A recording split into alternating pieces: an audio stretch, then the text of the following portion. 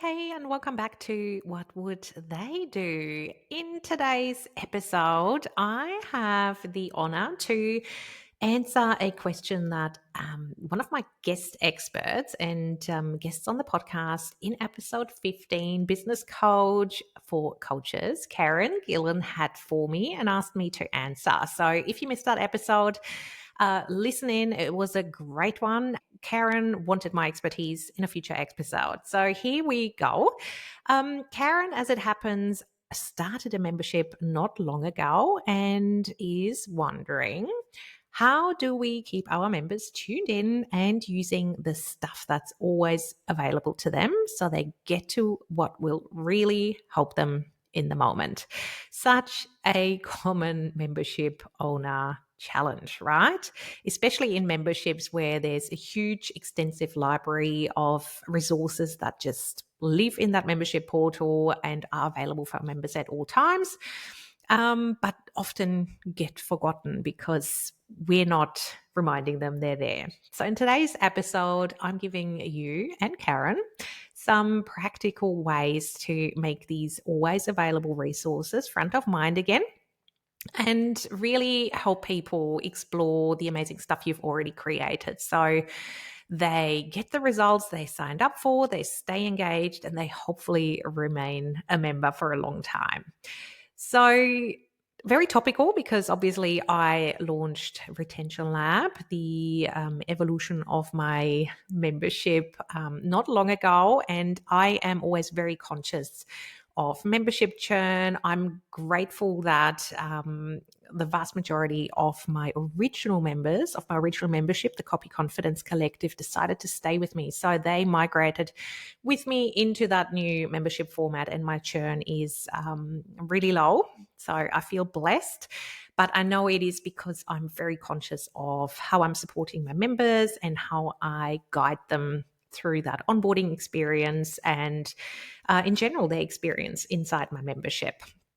So often I feel as members, we feel like we're creating, we're launching stuff, we're throwing stuff at our members because they, it feels like that's what they expect from us, but often less is more. And we really need to leverage all the amazing resources available to our members that we've already put our energy into and we know can get them results.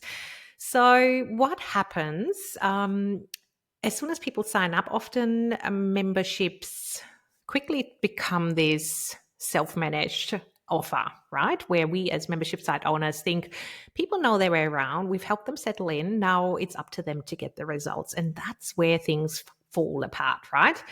Because people quickly forget what's available to them and all the features because chances are they're part of another membership, they are part of another group program, and life and business generally has lots in store for us, right? So, it's not always front of mind for us. And as soon as we've settled in, it's very easy to forget what is at our disposal. And what happens is that people have every intention to explore things, but they add them to their bookmark for later and they add them to the pile of things to do and they never get round to it.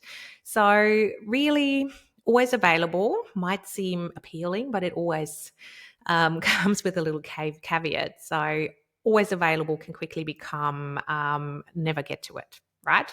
So us membership site owners need to create intentional touch points and experiences where those always available resources become timely, become relevant, and front of mind again, right?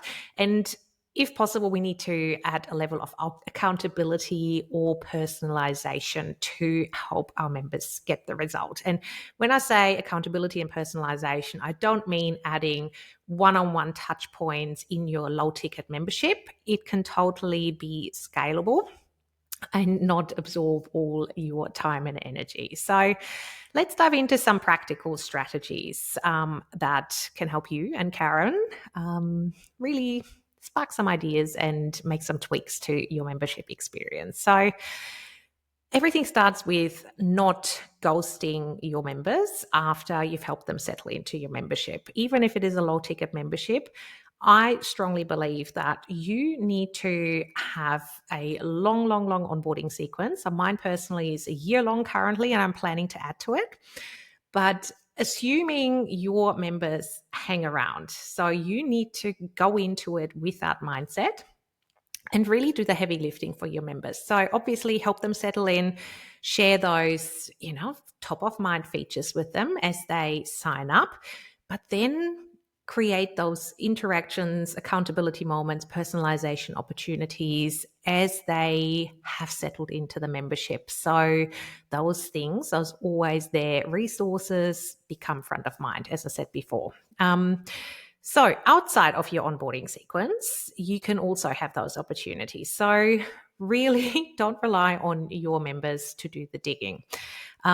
You need to intentionally resurface that existing content. And a great way to do that is considering, for example, monthly themes. So if you look at all your content pieces, can you put them into themes or buckets and then rotate through those themes and remind people of what's there and really encourage them to focus on the theme of the month and take action as part of that? If you don't want to go into a monthly theme and let people decide their own path and based on their own priorities, you can also look at curated pathways or playlists or resource databases. So again, looking at those collections of aligned resources that potentially work towards the same goal, fix the same headache, and really are complementary to each other, and allow people to access those in your membership portal. So people can decide whether they are working on visibility this month, on list growth, on sales, on retention. It just means people have guidance, right? You've done that heavy lifting for them to sift through your library, and they can just look at your pre-selection and take their pick from those resources there. You can also, if you send a monthly or weekly update to your members, have something where you feature a random resource from the vault, whatever you call it, where you highlight something that is inside the portal, potentially forgotten. People forget it's there, but it's super helpful. So really featuring a number of resources in your member update, again, makes it front of mind and invites people to check out what's already in there. So in my case, in Retention Lab, which obviously has just launched, but I have created strategic buckets. So every month, my members decide their focus area and their experiment that they're going to focus on. And they can take their pick from sales strategies, research strategies, reward strategies, delight strategies, and referral strategies. And so what I've done is sorted all the always available resources and formulas into those buckets. So depending on their focus for the month, they can go in, have a look what's there, and then take their pick. Another little strategy is really adding context to those resources. Rather than having, your video in there, you name the video, it's a catchy title, really helping people understand when this comes in handy and why it's handy. So spelling out the benefits and the problem that it solves. So, this is great when you're experiencing a visibility slump. Save this one for when you have 3 minutes in your day. It's a quick fix. So really setting the scene and setting expectations for what it does and how long it takes as well. So adding completion time, estimated completion time for this lesson or for this resource is 20 minutes, an hour. It means it makes it relatable. It helps people understand how it fits into their bigger picture, into their timeline. And again, it helps people pick a quick fix that they can slot into their day.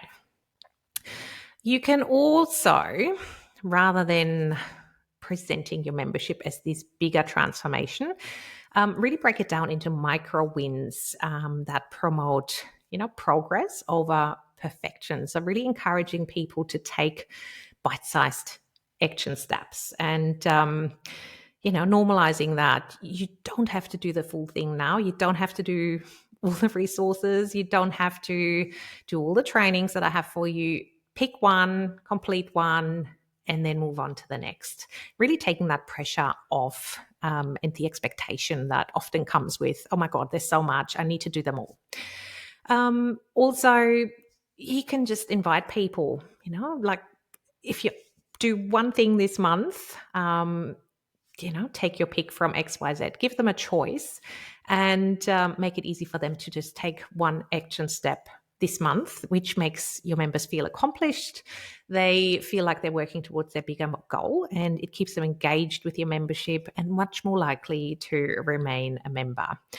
And ultimately, that's where personalization and accountability really work hand in hand here.